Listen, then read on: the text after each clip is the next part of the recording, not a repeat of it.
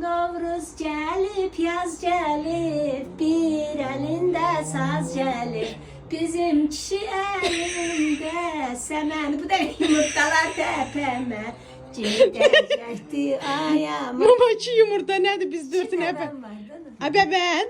Sana doğrusu da pişireceğim. Ama dün yok ediniz diye neyle içeceğini pişireceğim. Derim ayda tarıkıpsan mı bizden öder diye relax elleri yatağında. Relax sözünde bilmirəm dedim. Ya deyirəm, mama diye relax elirəm, diye relax. Deyirəm ayda göy çətəsi bu dəqiqə nə gedəcək? Özü də sajda. Bəh, ay Allah, gözəlliyə bax, yaşıllığa bax. Güney Özüren Ceylan Mamacı şirketi Şirkən bitib? Gədəbəydən gətirdim Rənəmə. Hə. Nazanan anda deyir ki, Vüsal gedib yiyib, elə bildim mən yedim. Aynə. Başa düşməyəcəklər kimdən Aynen gedirsən. deyir, dedim ay Ceyran, o ki Vüsal gəlib, o kəti yiyib, elə bil mən yedim. Deyirəm, ana ayrı şeydir. Öner, Allaha. O həm bizə anadır, həm nənədir. Anam məni